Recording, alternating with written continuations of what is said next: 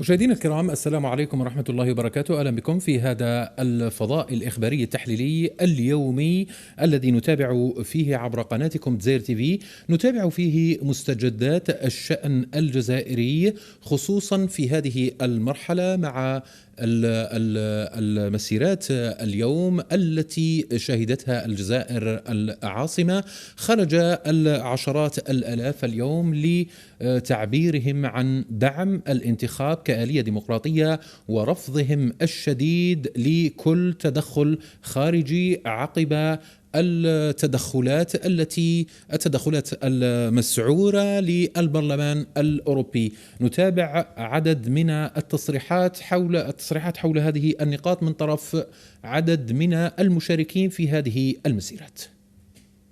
جئنا من كل ولاية الجزائر من أجل نندد، وخاصة لفرنسا. نحن الجزائريين مشاكلنا داخلية وتبقى داخلية، وحلها سيكون يوم 12 ديسمبر. والتدخلات الخارجية غير مقبولة في الجزائر، والجزائر خط أحمر كما صمموه المجاهدين والشهداء الأبرار، يصمموه الشباب الجزائري، الجيل الجزائري، الجيل الصاعد الجزائري إن شاء الله. مشاكلنا نحلوها مع بعضنا. تحية الجزائر، وحنا مع الجيش والجيش معانا، وحنا رانا كاع خاو. حنا أولاد أول نوفمبر، حنا أولاد أمير عبد القادر، حنا أولاد أول نوفمبر، ابن باديس، سي عميروه، سي الحواش. تحية الجزائر، ورانا في 12 نوفمبر 12 ديسمبر كاع ننتخبوا. احنا رانا مع الجيش تاعنا، احنا رانا شعب. اليوم 12 ديسمبر نبينوا للدول هذو باللي رانا شعب مسالم، شعب نبني بلادنا، شعب حرر بلادنا بالدماء تاع الشهداء، بالدماء تاع 1.5 مليون الشهداء الابرار. انا نقول لفرنسا اخلاص الماكله في الجزائر. فرنسا خلاص الماكله في الجزائر، ولاد فرنسا كبرانات راهم في الاحباس. في ظرف 9 أشهر والشعب الجزائري يعبر عن آراءه بكل سرية، بكل سلمية، وما عنف حتى واحد. والحمد لله. وآخر مسمار سيدق في نعش فرنسا هو يوم 12 ديسمبر إن شاء الله. سينتخب الجزائر رئيسه بكل حرية وديمقراطية. احنا مادام تدخل البرلمان الأوروبي يسمى البلاد راهي ماهيش على خير. دونك احنا ماذا بينا الشعب الجزائري يفيق. عندما تنادي الجزائر تجدهم كلهم موجودون، والدليل أنه كل جزائري راهو موجود اليوم ليعطي الكلمة ولا النداء اللي نوجهه اليوم للشعب الجزائري يوم 12 ديسمبر. اخرجوا يا شعب، اخرجوا تصوتوا. هذه سيتين فات، ولا غروند فات سا سورا لو 12 ديسمبر إن شاء الله pour élire un président de la République. ولازم البريزيدون لا ضروري لا ريبوبليك الجزائر والشعب الجزائر. ونطلبوا ان شاء الله يا شعب الجزائر لو 12 ديسمبر ان شاء الله اروحوا تفوتوا واخطونا من الخيانه تاع الخارج وتاع لنا. نعم للانتخابات الرئاسيه، لا حل الا الانتخابات الرئاسيه لحل هذه الازمه. اما الى البرلمان الاوروبي، نحن جزائريين احرار، الجزائر حرة مستقلة، ليس لك دخل في شؤوننا، هذه شؤون عائلية. أما أنت التعي بشؤون السترة الصفراء. Attention à l'Union européenne, attention, où vous mettez les pieds. Ici c'est l'Algérie. L'Algérie elle est africaine, elle n'est pas européenne. Vive l'Algérie, vive le peuple et vive l'armée algérienne. مشاهدينا الكرام، أجدد الترحيب بكم. كانت هذا جانب من تصريحات المواطنين اليوم الذين خرجوا في مسيرات في الجزائر العاصمة للتنديد بالتدخلات الخارجية ودعم الانتخابات ودعم مرافقة الجيش الوطني الشعبي لهذا المسار الدستوري. أرحب بالحضور هنا الدكتور العيد زغلامي المحلل السياسي، مرحبا بك. مساء الخير. وأيضا معنا البروفيسور أحمد رواجعية المحلل السياسي. أستاذ أحمد مرحبا. مرحبا، شكرا على هذا الضيافة. العفو. أبدأ معك دكتور العيد زغلامي. بداية كيف تعلق على هذا المشهد اليوم؟ بسم الله الرحمن الرحيم. شكرا على الاستضافة ومساء الخير إليك وكل مشاهدي قناة الجزائر تي في. أعتقد هذا دليل قاطع على أن الوعي الشعبي بقدر ما ربما فيها احتجاجات بين الجزائريين أنفسهم، لكن لما الأمر يتعلق بالتدخل الأجنبي فهم متوحدين، وهذا هو ما نراه. يعني كلهم متوحدين في أنه هم غيورين على بلدهم وعلى وطنيتهم، ولا يقبلون بأي حال من الأحوال التدخل الأجنبي. الجزائر تحررها الأحرار بثمن غالي، ولا داعي لأن أي واحد أن يعطي درس لهذا البلد كلما في الأمر.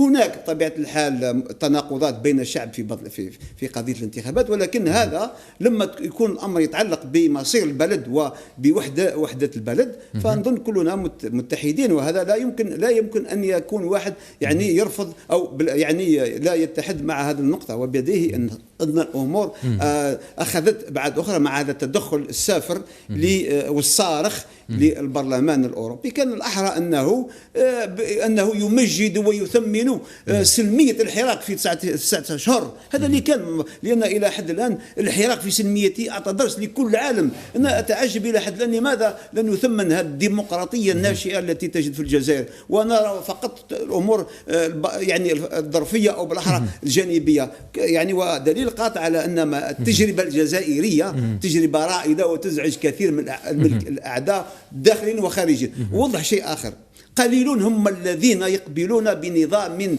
ديمقراطي في الجزائر، سواء كان من الدول الكبرى أو من دول الجوار، لأن وهذا ما نراه الآن 9 أشهر من التجربة أدت بنا إلى ظهور ملامح لبناء نظام ديمقراطي عادل، دولة القانون، العدالة الاجتماعية، حرية التعبير والتداول على السلطة. هذا الذي نلتمسه من خلال هذه، رغم وجود بعض المناوشات هنا وهناك، ولكن نحن نتوجه نحو الطريق الصحيح. لما المخرج الاستراتيجي هو الانتخابات، يبقى فقط أن يتم فيها تحضير هذه الانتخابات بطريقة نضمن فيها الشفافية، نضمن فيها النزاهة، وكذلك نضمن فيها حرية الرأي وحرية الرأي. الذي يريد الانتخاب فهلا وسهلا، والذي يرفض ولكن تتم العملية باحترام وفي كنف الحرية والاحترام المتبادل. أستاذ رجعية؟ لازم نوضحوا قضية كلمة التدخل الأجنبي، لازم نوضحوها للجمهور اللي يسمع لنا. التدخل الأجنبي هذا بدا مع الإجراءات والقرارات اللي اتخذها البرلمان الأوروبي. وش يقول البرلمان الأوروبي؟ يقول يعني il reprend terme à terme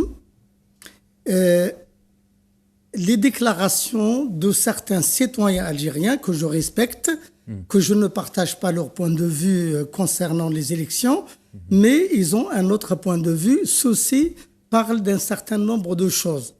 Ils parlent des églises, etc., des sectes comme les Hammadis qui seraient réprimés par les autorités algériennes. Ils parlent aussi des droits de l'homme et de la démocratie. Et on sait très bien que le Parlement européen a repris les mêmes mots que ceux qui ont été répercutés par quelques citoyens algériens mécontents des élections actuelles. Je voudrais parler de la démocratie. Tous les Européens, le Parlement européen a parlé d'exporter la démocratie vers la Libye, vers la Syrie, mais ils ont exporté les destructions, la guerre civile, la division interne, la destruction de l'économie et des identités locales. Quelle démocratie l'Europe, le Parlement européen voudrait exporter vers l'Algérie?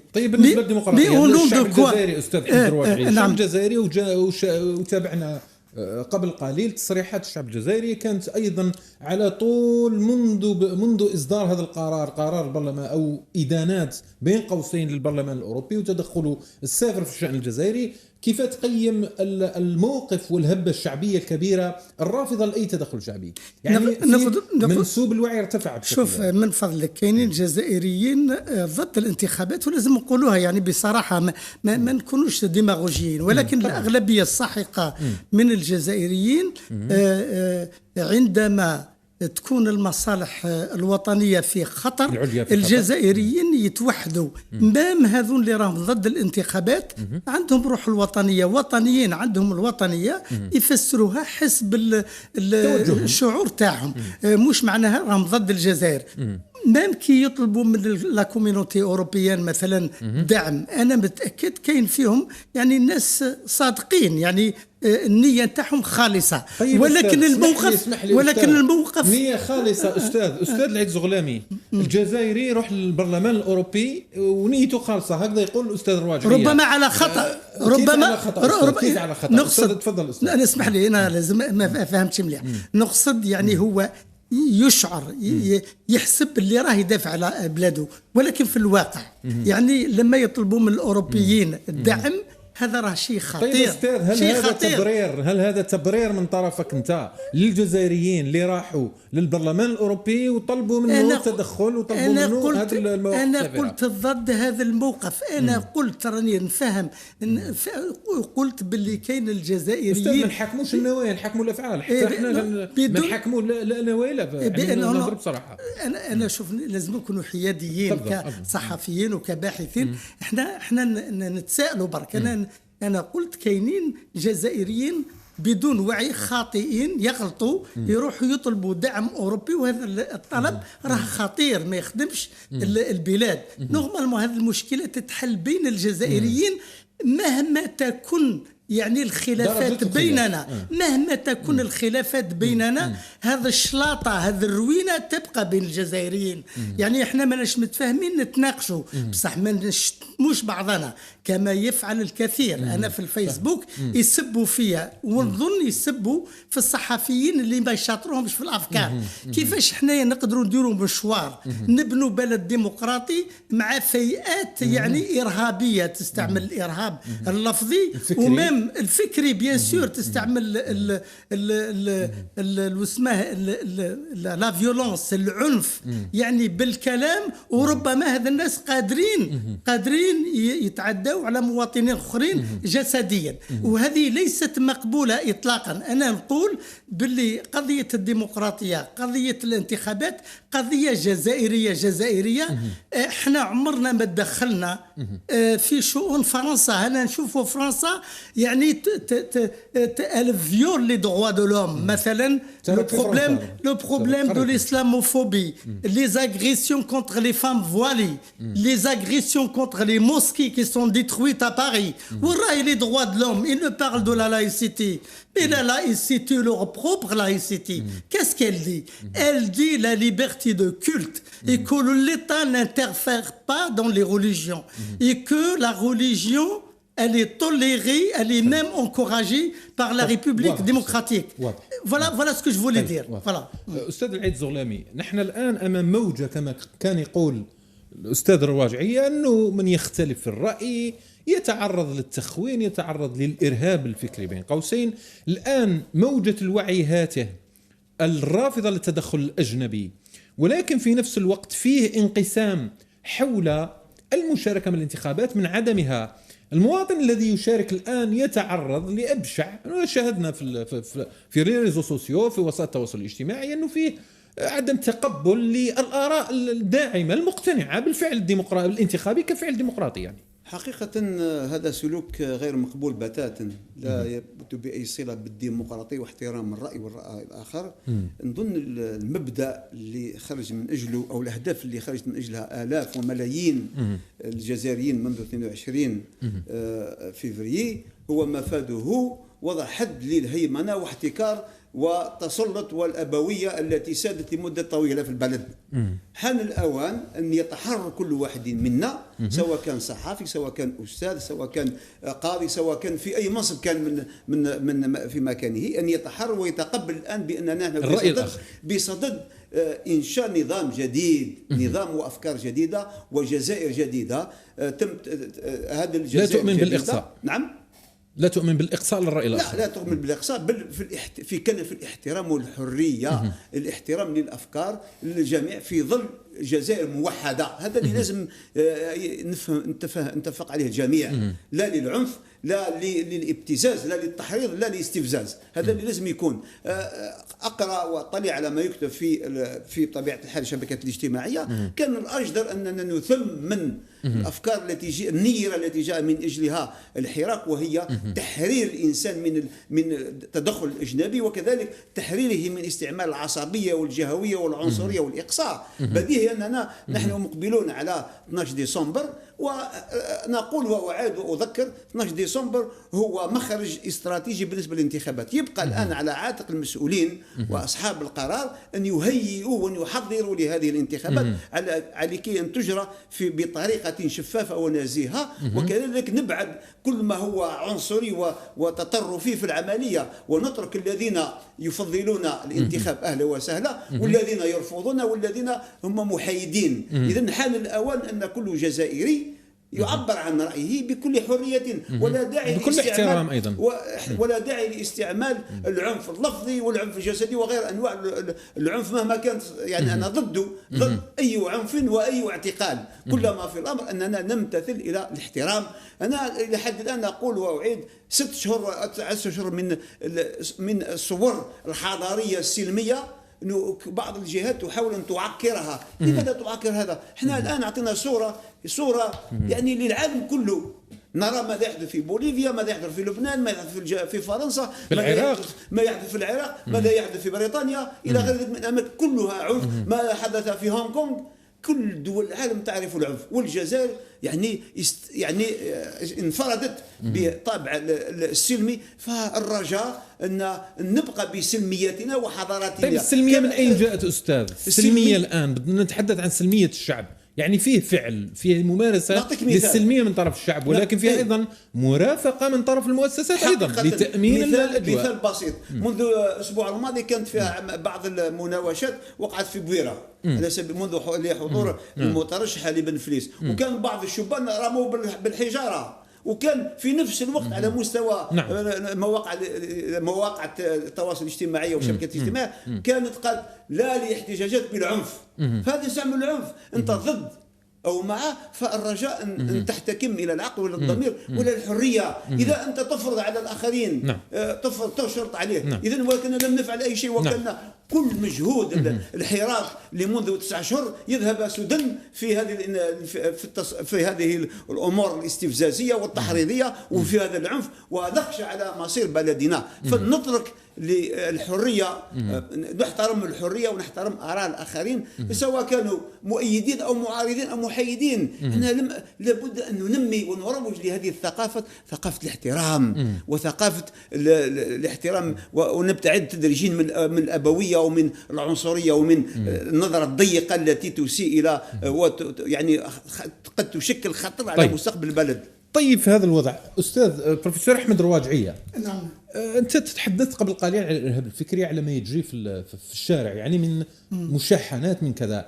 هل هذا الشحن والتجيش عادي، ام هناك من يقف وراءه وربما بين قوسين يستمتع بما يجري الان في الشارع؟ انا كنت اعطوني الفرصه باش نتناقش. تفضل استاذ، النقاش مفتوح. كاين عاملين، كاينين ناس مستعملين من قبل ايديولوجيات نتاع طوائف، ايديولوجي دوكترين، وهذا الايديولوجيات هذه احنا نعرفوا باللي عندها علاقه مع الخارج، مع التيارات الخارجيه.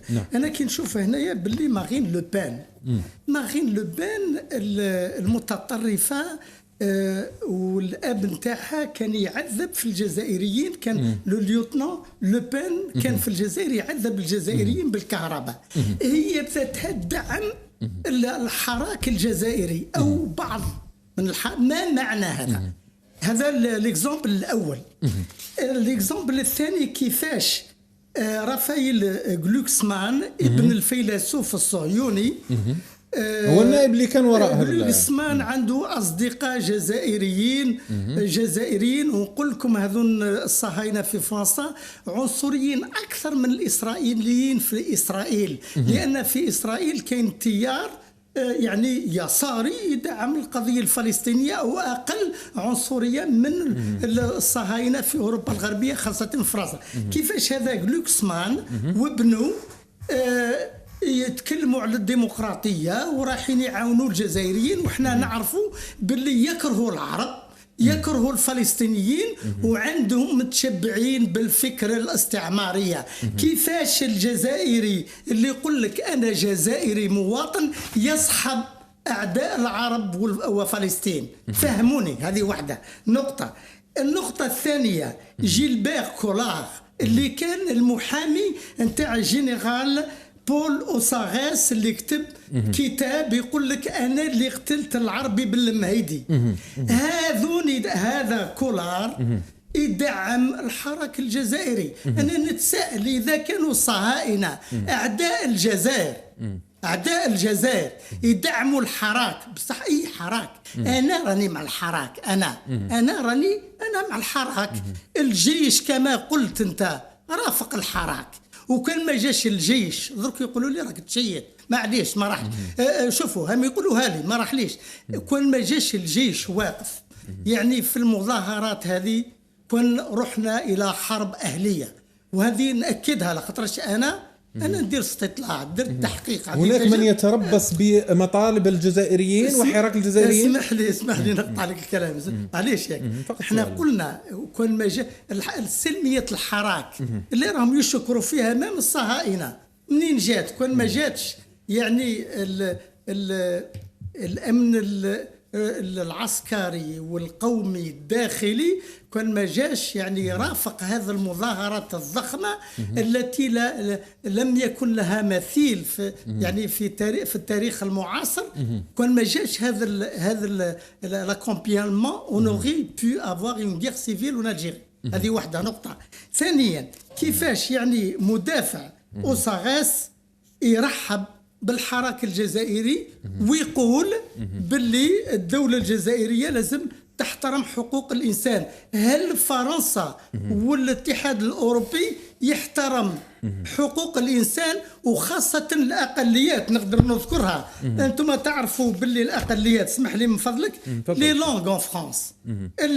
جاك شيراك في ماي 90 رفضا قاطعا استعمال اللغات المحلية من بينها لو بغوتون، مش معترفة كجزء من التراث الوطني القومي لو باتريمون، ولكن ان ني با ريكوني كوم لونغ ناسيونال. هذه لهجة فرنسية، لهجة فرنسية.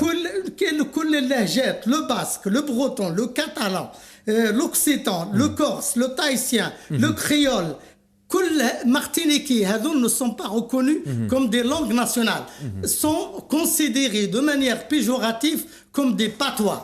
Alors que chez nous, la mazérité, et la mazérité, je vous fais remarquer que la région kabyle ne monopolise pas la mazérité.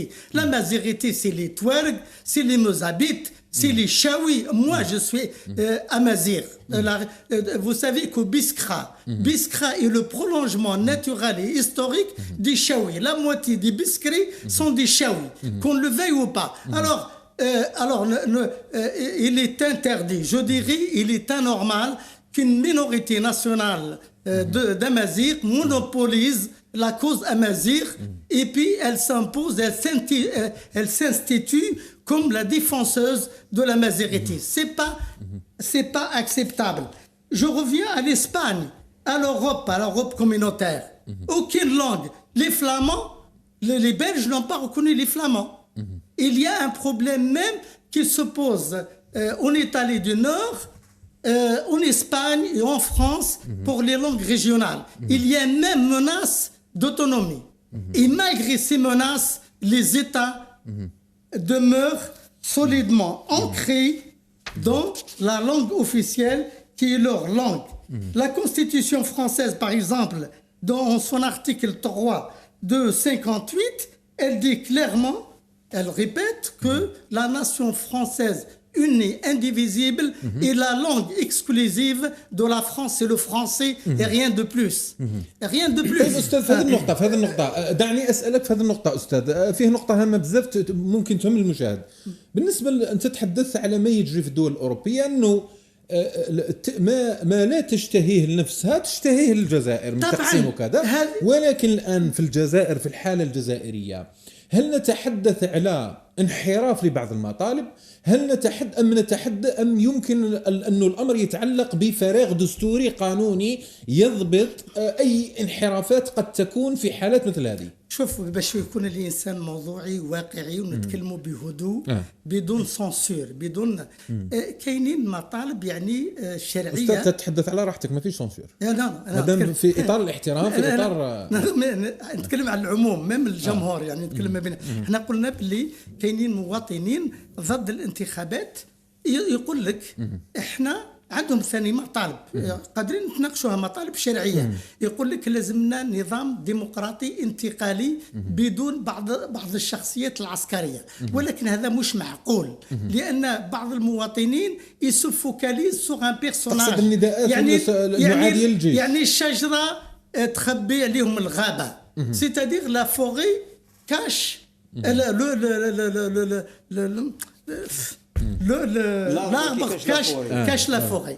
Il ne voit pas que derrière un personnage important soit-il, il y a des institutions, il a une institution, il y a des hommes honnêtes qui n'ont pas été trompés, des gens compétents dans l'institution militaire et policière, des gens qui aiment l'Algérie, qui ne sont pas là seulement pour percevoir un salaire.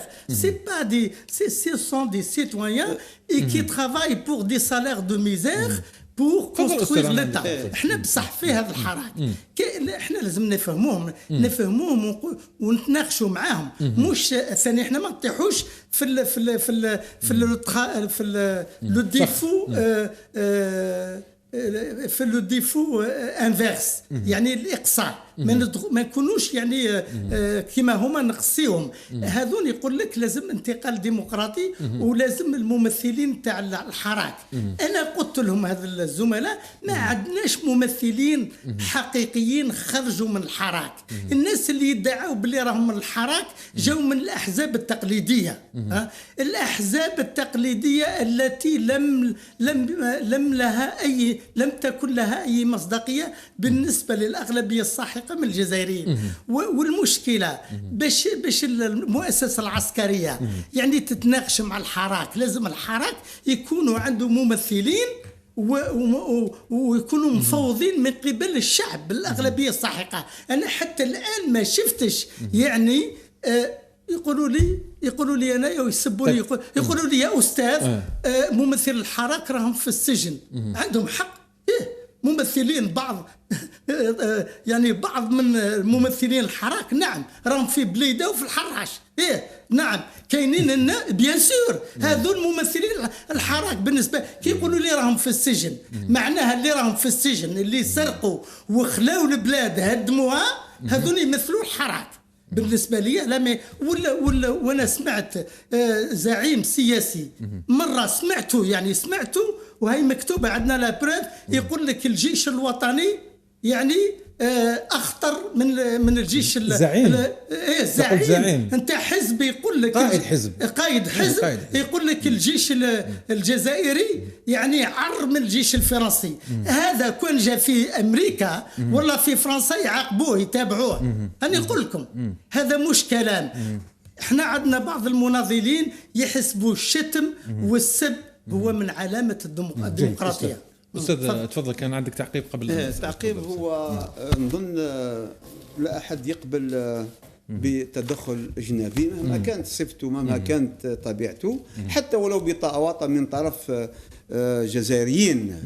بديهي أن الحراك منذ 9 أشهر فيه وما عليه، كاين مجموعات تنادي بتوجه معين، والحراك تم ربما اقتحامه أو احتوائه من مجموعة إلى أخرى، ولكن هذه طبيعة الحراك كل ما في الأمر أن الحراك تلقائي ويعبر فيه شرائح المجتمع، فيه التوجهات إلى غير ذلك. الشيء الذي نرفضه هو بطبيعة الحال أن لا يتحول هذا الحراك أو لا يستعمل هذا الحراك ولا يستخدم هذا الحراك للمساس بالدولة الجزائرية وبمصير الدولة. هذا اللي لا أحد يرفض، لا أحد يتفق معه. يعني نرفض جملة وتفصيل أن يتحول الحراك إلى لعبة من طرف الأجانب ويحاولون التأثير ويوجهونه لخدمة لمصالح، لأن المجموعة التي وراء بطبيعة الحال وراء التقرير أو وراء اللائحة التي صدق عليها هم معروفين بعدائهم للجزائر والثورة الجزائرية والوطنية والتاريخ، وهذا معروف.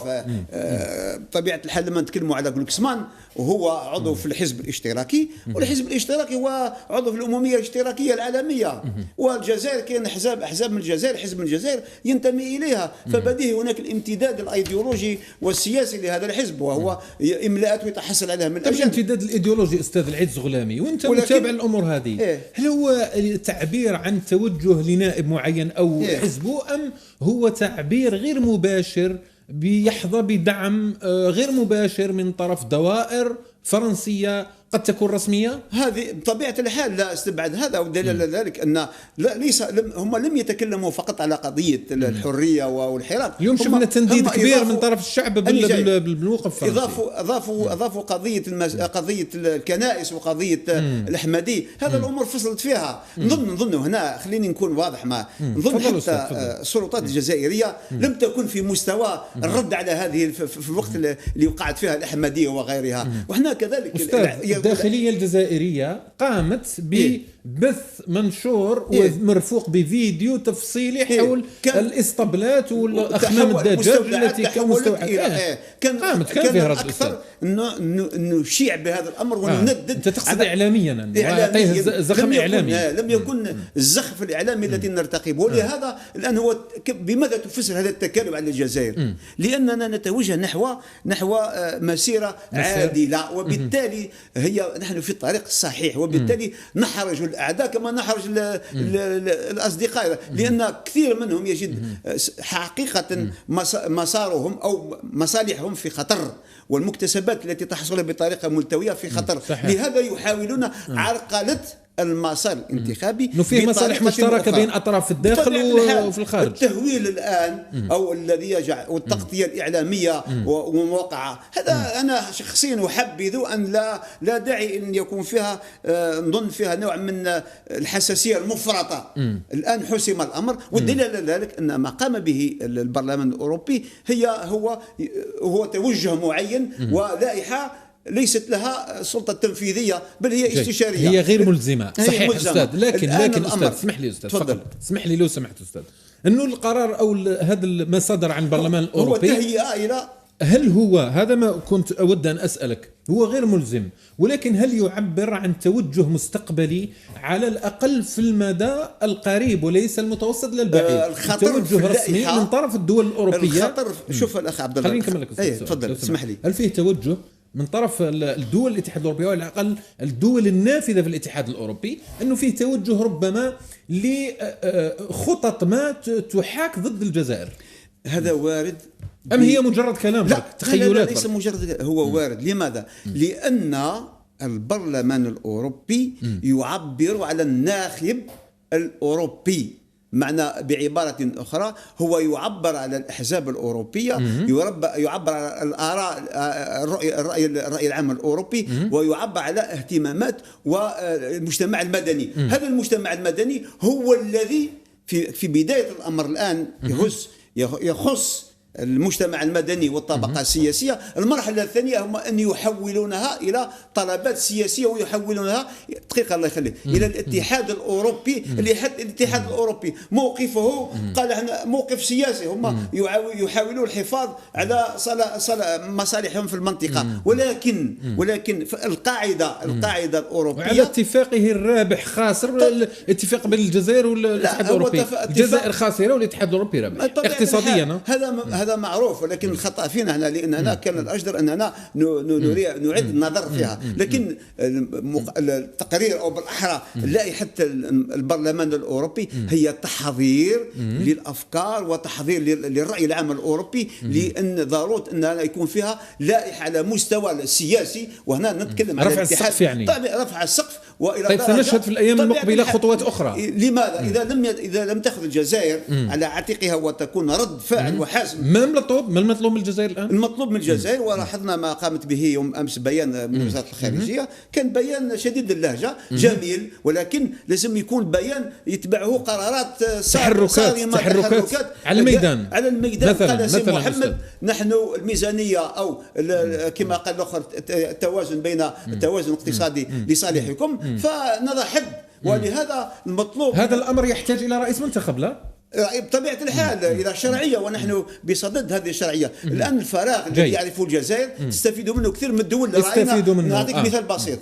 جمهورية تشيك ماذا قامت منذ يومين؟ قامت بفرض فيزا على الجزائريين الذين يكونوا في الترانزيت، يعني وهذا عبور فقط يفرض عليك. سابقا كانت دول اخرى مثل فنلندا ودول اخرى رفضت. اذا معنى هذا ان هناك يكاد يضعون الجزائر في عزله دبلوماسيه. لهذا ضروره التسريع في انشاء في انتخاب رئيس ولو بشرعيه مهتزه. طيب سأنتقل استاذ احمد رواجعية. اليوم نعيش مثل ما كان يقول الأستاذ العيد زغلامي، نعيش هذه المرحلة، ربما فيه فراغ، في رئيس دولة، فيه برلمان، في كذا، ولكن ما فيش رئيس منتخب. هل يمكن الحديث اليوم عن استثمار خبيث سلبي من طرف الهيئات الدولية ممكن في ارتباطات لعدد من الأطراف هنا في الجزائر لهذا الوضع لي ذراع الجزائر ولابتزازها في هذه المرحلة ما دام ما فيش رئيس منتخب؟ دابور ندير ملاحظه للزميل الاستاذ الدكتور العيد زغلامي. ما كانش يعني جمهور مدني، يعني سوسيتي سيفيل اون اوروب كونترارمون aux apparences. ما كانش لما البرلمان على الاوروبي لما يتخذ قرارات البرلمان الاوروبي يتخذوا باسم القوة السياسية النافذة الاقتصادية والمالية والسياسية، لوبيات. هذا التصريح نتاع البرلمان الأوروبي يشكل خطر وتدخل واضح في شؤون الجزائر. كي يقولوا نقرأ بالفرنسية، تفضل أستاذ. لي زوغو ديبوتي، يعني البرلمانيين، حاولوا نترجموا للمشاهد الكريم. من فضلك. معليش تفضل. لي زوغو ديبوتي très inquiets de la situation des droits de l'homme et des libertés fondamentales en Algérie condamnent fermement ينددون بشدة. هما اللي يقولوا يعني ينددون بقوة بصرامة condamnent fermement les arrestations arbitraires، التوقيف الاعتباطي الغير القانوني للصحفيين والنقابيين والمحامين والطلبة ومدافعو حقوق الإنسان، ainsi que l'emprisonnement, les attaques et les intimidations des journalistes, syndicalistes, avocats, étudiants, défenseurs des droits de l'homme et des manifestants pacifiques qui prennent part aux manifestations de مباشرة الفكرة التدخل الأوروبي والأوروبي هذا التصريح il n'est possible que lorsqu'ils trouvent des relais en Algérie. كل ما عندهمش دي غولي في الجزائر ما يتكلموش هذه اللغة. كل ما عندهمش شبكة قوية داخل البلاد، دعايم مادية، ما نقولش حركة، نقول فقط عملاء. كل ما يكونش عندهم عملاء ديمقراطيين ولا مش ديمقراطيين ما يهمنيش أنا، كل ما يكونش عندهم دعم ما يستعملوش هذا اللغة نتاع التهديد ضد البلد. هذه امور واضحه. كاين بالعوده الى سؤالي انا ما نقولش كومبلو، كاين نوع من يعني collaboration entre certains partis algériens, pas forcément parmi le حراك. Il y a des حراك honnêtes mais manipulés. هاني نقول كاين مواطنين في الحراك يعني صافيين ولكن مانيبولي، مستعملين بدون ما يشعروا، بدون علم. بصح نقطة سمحوا لي، الجمهور نقدر نقولوا جمهور كبير من الجزائريين من بينهم انا مانيش ابدا يعني مقتنع باللي بالمنتخبين الخمسه. انا صراحه الراي نتاعي ولا مانيش ابدا ما يعجبونيش ولكن يعني فوت دو ريبريزونتون faute de personnalité crédible. Je n'ai guère le choix, moi, Ahmed Rouajia, que de les accepter. Je parle en mon nom personnel. Faute de mieux, j'accepte ces 5 candidats. Parce que je n'ai je n'ai pas trouvé mieux. Et je pense qu'on doit respecter les Algériens. لازم نحترموا الجزائريين اللي غضبانين عن هذا الامر، نحترموهم ولازم نسمعوا لهم ونتناقشوا معاهم. احنا سو دونت اون بوزوان ميم المؤسسه العسكريه والشرطه سو كي نو مونك سي لا لونغ دو كومونيكاسيون يخصنا كامل. يعني نتكلم على المواطنين العاديين كما أنا، وثاني المؤسسة العسكرية والبوليسية والأمنية لازم تتحرك شوية، تتحرك يعني تحسن لو سيستيم دو كومونيكاسيون تاعها، ما تبقاش دائما بلغة الخشب. وكي نقولها راني حبيت نساهم يعني في تحسين الأمور. هذا مش، اسمح لي من فضلك يا أستاذ، هذا مش، هذا تفضل أستاذ. هذا مش نقد سلبي، هذا نقد بناء. هذا مش حبيت انا مانيش ندافع على اي جهه. اسمح لي، هذا نقد بناء. انا ماذا بيا ان شاء الله في المستقبل يعني المؤسسات السياسيه والعسكريه لازم تحسن. ديجا انا كملاحظ كسوسيولوج يعني لاحظت باللي كاين هناك تحسن. طيب يعني استاذ اسمح لي استاذ. نعم. كل البيانات كل التصريحات، يعني التصريحات الآن راهي تسمي الأسماء بمسمياتها. الأسماء الآن أنا قلت تحسن، أنا قلت ده أستاذ أنا مانيش أنا نقول أنا لاحظت أنا بعيني في المظاهرات كاين. شوف ميم المعاملات سي سيستيم دو كومونيكاسيون. البوليسي كي يعامل المواطن سي ان ميساج فور. استاذ باختصار شديد 30 ثانيه على سؤالي. انا قلت لك اسكو فيه الان فيه ابتزاز واستغلال للعدد من الاطراف الاجنبيه طبعا للفراغ ممكن فراغ ما فيش رئيس منتخب في البلد. طبعا هاني قلتها ونكررها ونعاودها. قلت يعني هذا التصريح هذا يهدف الى عرقله الانتخابات في الجزائر. معناها كي يكون فراغ اوروبا تعطي السودون لا اللي يجيب. نخلوا بقات لنا دقيقه او دقيقه ونص الاستاذ. ايوه نشكرك كي عرفت بلي موجود.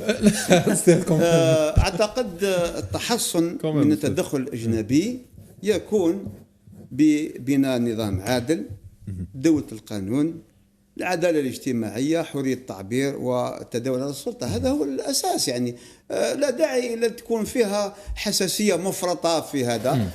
الجزائر متعودة على التحديات. الآن هناك رهان أساسي هو يوم 12 ديسمبر على الجزائريين أن يدركوا جيدا أن الأمور أنهم يعيشون تحت ضغوط داخلية وخارجية. الذي أريد أن أوضحه هو كان أحد المترشحين تكلم على عهدة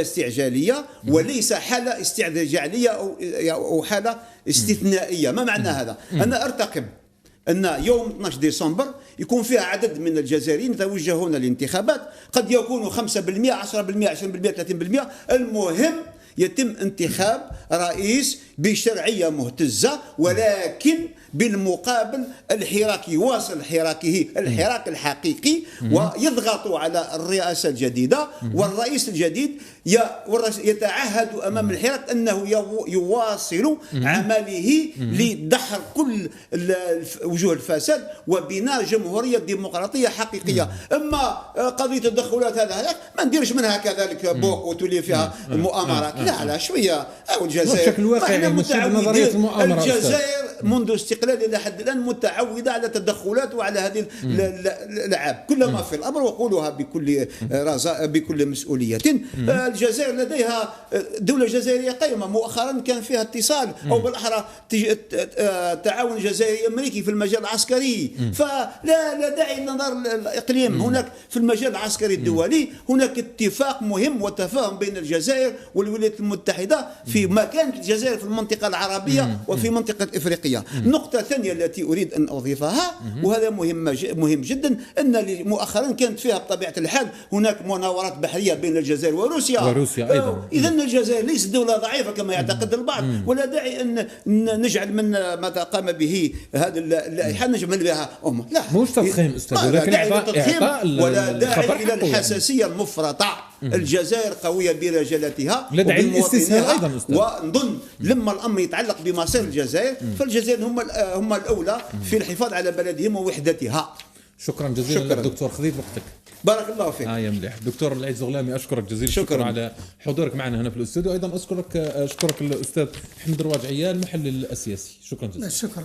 مشاهدينا الكرام، ختام هذا العدد من المتابعه اليوميه لما يجري في الجزائر. شكرا جزيلا والسلام عليكم.